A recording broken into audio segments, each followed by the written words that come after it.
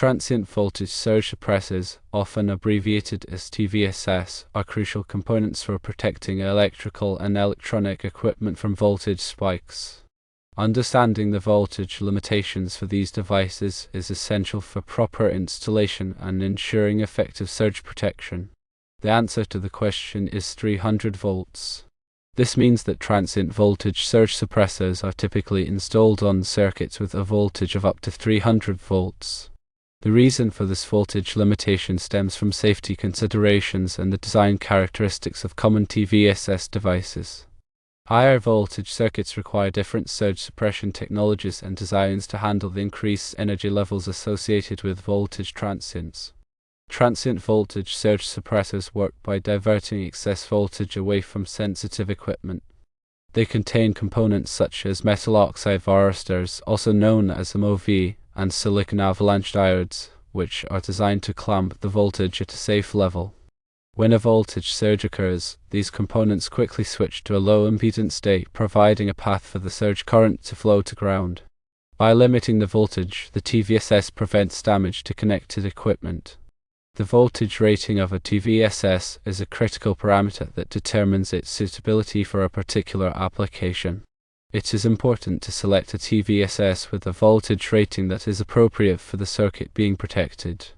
Using a TVSS with an insufficient voltage rating can result in device failure and inadequate surge protection. On the other hand, using a TVSS with an excessively high voltage rating may reduce its effectiveness in clamping lower voltage surges.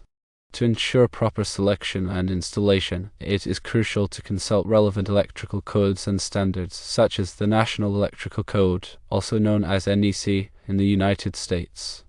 These codes provide guidelines for the selection, installation, and application of TVSS devices, including voltage limitations and other safety requirements.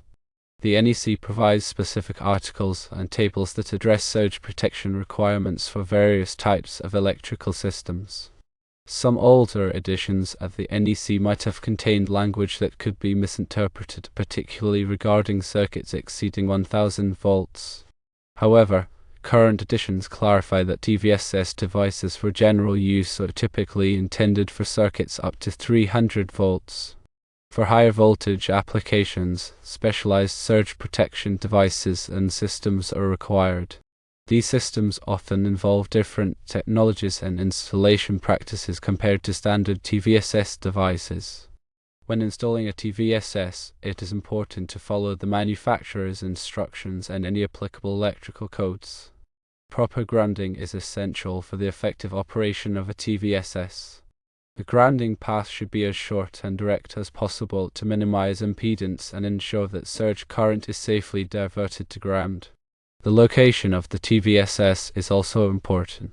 It should be installed as close as possible to the equipment being protected to minimize the length of the conductors between the TVSS and the equipment.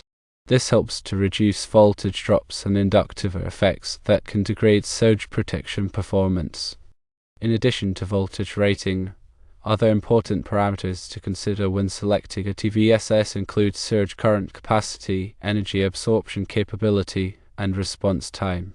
Surge current capacity refers to the maximum amount of current that the TVSS can safely divert during a surge event. Energy absorption capability indicates the amount of energy that the TVSS can absorb without being damaged. Response time is the time it takes for the TVSS to begin clamping the voltage after a surge occurs. The selection of a TVSS should be based on a comprehensive assessment of the potential surge hazards and the sensitivity of the equipment being protected. Factors to consider include the frequency and magnitude of voltage surges, the impedance of the power source, and the grounding system characteristics. It is also important to consider the environmental conditions in which the TVSS will be installed, such as temperature, humidity, and exposure to corrosive substances. The lifespan of a TVSS is finite, and its performance can degrade over time due to repeated exposure to voltage surges. It is therefore important to periodically inspect and test TVSS devices to ensure that they are functioning properly. Some TVSS devices have built-in indicators that provide a visual indication of their status. Other devices require more sophisticated testing equipment to assess their performance. When a TVSS reaches the end of its lifespan or fails a performance test, it should be replaced promptly to maintain adequate surge protection. The installation of transient voltage surge suppressors is a critical aspect of electrical system design and maintenance. By understanding the voltage limitations and other key parameters of TVSS devices, it is possible to provide effective surge protection for sensitive equipment and ensure the safety and reliability of electrical systems. Electrical surges can come from a variety of sources. Lightning strikes are a well-known cause, generating extremely high voltage surges that can travel through power lines and damage equipment. However, surges can also originate within a building's electrical system. Switching inductive loads, such as motors and transformers, can create voltage transients that propagate through the electrical wiring. These internal surges, while typically smaller in magnitude than lightning-induced surges, can still cause cumulative damage to sensitive electronic components over time. The implementation of surge protection involves a multi-layered approach. Firstly, a main service entrance TVSS should be installed at the point where the electrical service enters the building. This provides the first line of defense against external surges originating from the power grid. Secondly, additional TVSS devices should be installed at subpanels and branch circuits to protect specific equipment or areas. These downstream TVSS devices provide localized protection against both external and internal surges. When selecting a TVSS for a particular application, it is important to consider the type of equipment being protected. Sensitive electronic devices, such as computers, servers, and medical equipment, require a higher level of surge protection than less sensitive appliances. The surge current capacity and energy absorption capability of the TVSS should be matched to the potential surge hazards and the sensitivity of the equipment. Another important consideration is the let-through voltage of the TVSS. Let-through voltage is the maximum voltage that the TVSS will allow to pass through to the protected equipment during a surge event. A lower let-through voltage provides better protection, but it may also increase the cost of the TVSS. Some TVSS devices incorporate additional features, such as noise filtering and overvoltage protection. Noise filtering helps to reduce electromagnetic interference, also known as EMI, which can disrupt the operation of sensitive electronic equipment.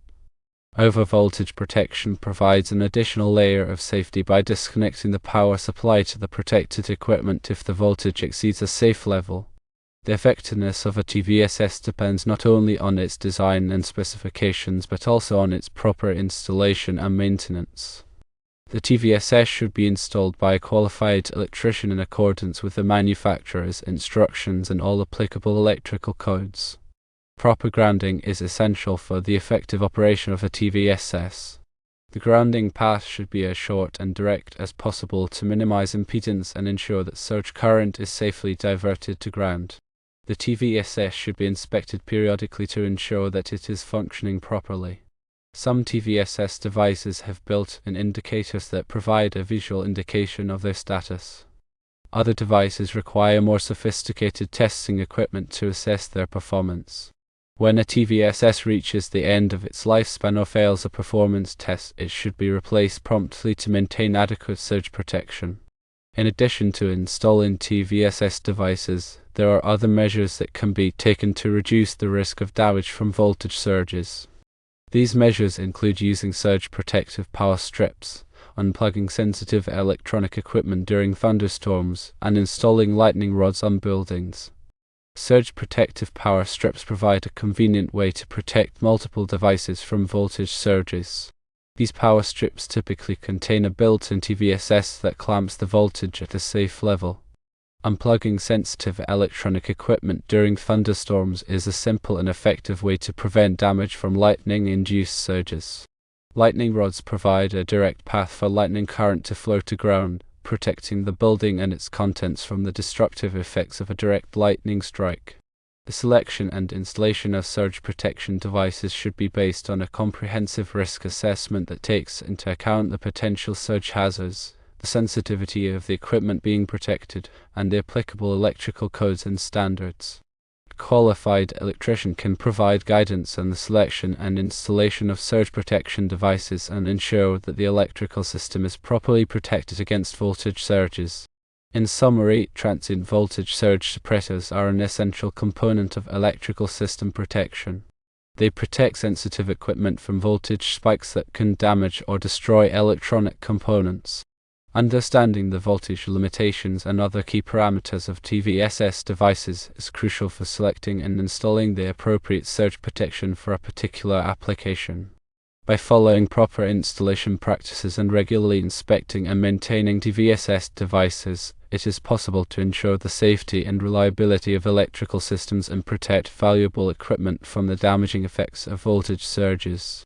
The 300-volt limit is for the standard applications, and it's important to verify the specific application with the manufacturer and the relevant electrical codes.